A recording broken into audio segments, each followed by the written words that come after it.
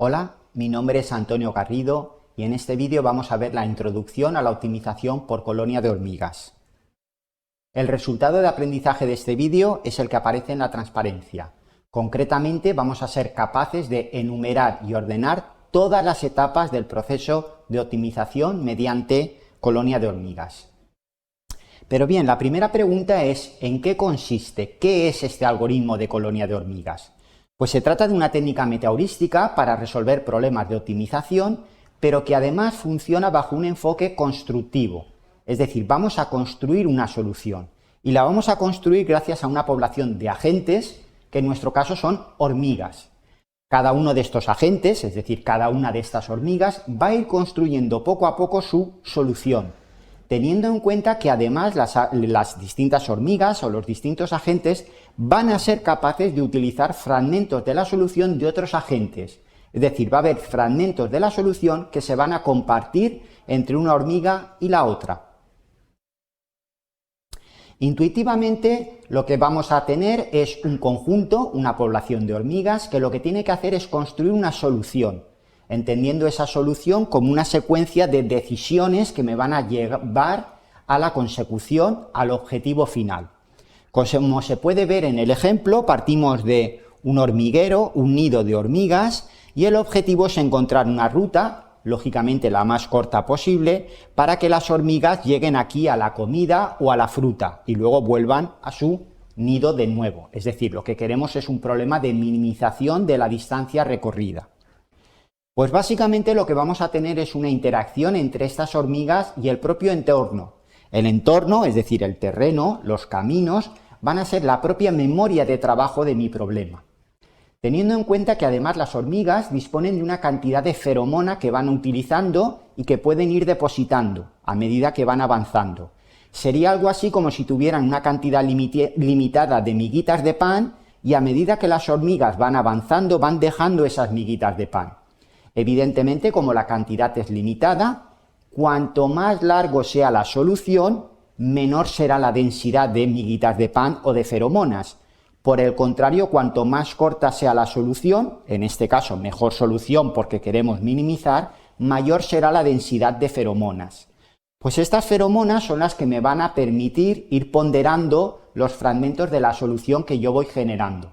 Y evidentemente aquellos fragmentos que tengan más feromonas serán los que aparentemente son más apetecibles, ¿no? Son los más prometedores para esas hormigas.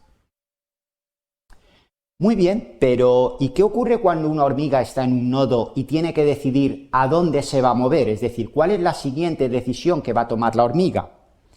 Pues supongamos que tenemos todas estas posibilidades, pues ir al nodo 1, ir al nodo 2, hasta ir al nodo n. Lógicamente estamos hablando de que habrá una heurística que me dice cómo de buena es esa arista, cómo de bueno es ese arco. Pues evidentemente podemos ver que este arco de aquí que me lleva al nodo 1 es bastante más corto que el que me lleva al nodo n. Por lo tanto, aparentemente, pues la bondad del arco I1 va a ser mejor que la del IN. Pero además lo que tenemos es un conjunto de probabilidades que me van a permitir definir cómo va a actuar la hormiga en cada momento. Y esa probabilidad se calcula en base a esta expresión de aquí. Es un cociente y en el numerador lo que tenemos es un primer parámetro tau, que es el que me está marcando la feromona de cada uno de los arcos. Pues la feromona de este arco y así sucesivamente. Tenemos un valor alfa que está aquí arriba que me va a actuar como exponente, que ahora comentaremos. Por otro lado, existe también un segundo parámetro, que es el parámetro eta, que lo que me está marcando es la visibilidad, la bondad o la calidad o la heurística de cada uno de los arcos. Pues ya digo, aparentemente este se ve más corto que este, por lo tanto tendrá a priori una calidad mejor. En un caso de minimización, pues como es el que estamos resolviendo ahora mismo, una forma muy sencilla es hacer la inversa de la distancia o coste o longitud de la arista. Lógicamente, cuanto más corto sea, pues mejor va a ser pues, ese arco, porque realmente pues aparentemente parece que va a ser más corto y menos costoso de recorrer. Y tenemos también un parámetro beta que me va a permitir actuar como exponente. Podemos ver que alfa y beta están dentro del rango 0 y 1 Si vale 0, lo que quiere decir es que cualquier número elevado a 0 pues directamente se va a convertir en 1 y de alguna forma me está anulando ese elemento en el producto, tanto para alfa como para beta. Si esos valores son más grandes que 0, pues lógicamente le estoy dando más peso, o bien a tau, es decir, la feromona, o bien a la visibilidad.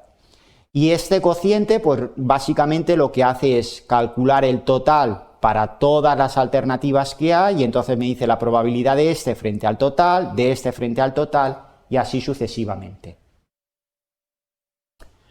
Por otro lado, una vez tenemos la feromona, tal y como ocurre en la naturaleza, va desapareciendo, se va evaporando.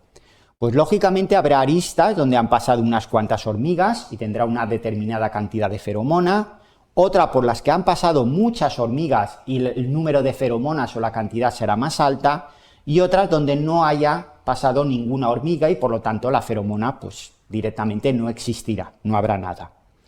¿Cómo somos capaces de actualizar el nivel de feromonas desde una iteración i a una iteración i más 1? Pues en base a esta expresión de aquí, que en primer lugar lo que hace es tener en cuenta una tasa de evaporación, un ρ, que este ρ va entre 0 y 1, 1 menos esa tasa de evaporación multiplicado por la feromona que ya tengo, y cuánto se va a propagar a la nueva iteración. Podemos ver que si la tasa de evaporación es 0, pues directamente no se evapora nada y todo lo que había se propaga. Si la tasa de evaporación es 1, pues quiere decir que se ha evaporado todo y por lo tanto no se propaga nada de lo que ya hay. Pero por otro lado también tenemos que incrementar un delta, que es pues la cantidad de feromonas que me han dejado las hormigas que han pasado por ahí. Esa cantidad se calcula como un sumatorio para todas las hormigas y para cada una de las hormigas lo que se hace es pues se deposita una cantidad de feromona que depende de la longitud de la solución de esa hormiga. Como comentaba antes, cuanto más larga sea la longitud o la solución, menor densidad de feromonas, de ahí que estemos trabajando con la inversa. Si por el contrario, como ocurre en este caso, ninguna hormiga ha pasado por esa arista, pues directamente no hay feromonas y entonces no se añade ninguna nueva feromona a la que ya había. El algoritmo en pseudocódigo, como puede verse, es muy simple. Básicamente tiene dos pasos o dos etapas. La primera, que lo que va a hacer es construir las soluciones en base a decidir si voy a utilizar ese arco o no, y para ello trabajaremos con la probabilidad que hemos calculado y que hemos mostrado hace unas transparencias. Y luego viene una etapa de actualización de las feromonas, entendiendo esta actualización como lo que acabamos de comentar en la transparencia justo anterior. Cuánta cantidad de feromonas queda después de la evaporación, más la nueva feromona que me han depositado el resto de hormigas que sí que han pasado por esa arista. Como suele ocurrir en la mayoría de técnicas metaheurísticas, pues lo que tenemos es un criterio de terminación que puede basarse en la convergencia de las soluciones, en si se ha sobrepasado el límite de iteraciones, si se ha sobrepasado el tiempo máximo, etc.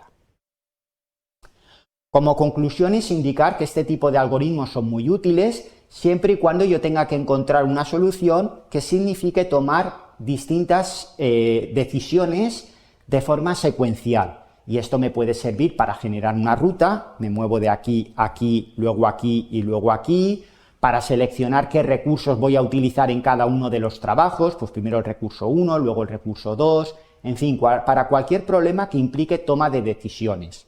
Hemos visto también que este tipo de algoritmos me ofrece una retroalimentación entre la propia población de hormigas. De alguna forma, y a pesar de que las propias hormigas no son conscientes de ellos, existe una inteligencia social, existe una inteligencia colectiva en el que todas las hormigas están interaccionando, no solo con ellas mismas, sino también con el entorno. Hemos visto también que se trata de un algoritmo constructivo donde se están construyendo múltiples soluciones a la vez. Concretamente, cada hormiga está construyendo una solución y, lógicamente, gracias al mecanismo de las feromonas, puede haber fragmentos que se compartan entre múltiples soluciones. Y lo que tenemos que tener en cuenta también es que la optimización viene marcada por esas feromonas, por la parte de las soluciones que más se han repetido entre todas las hormigas.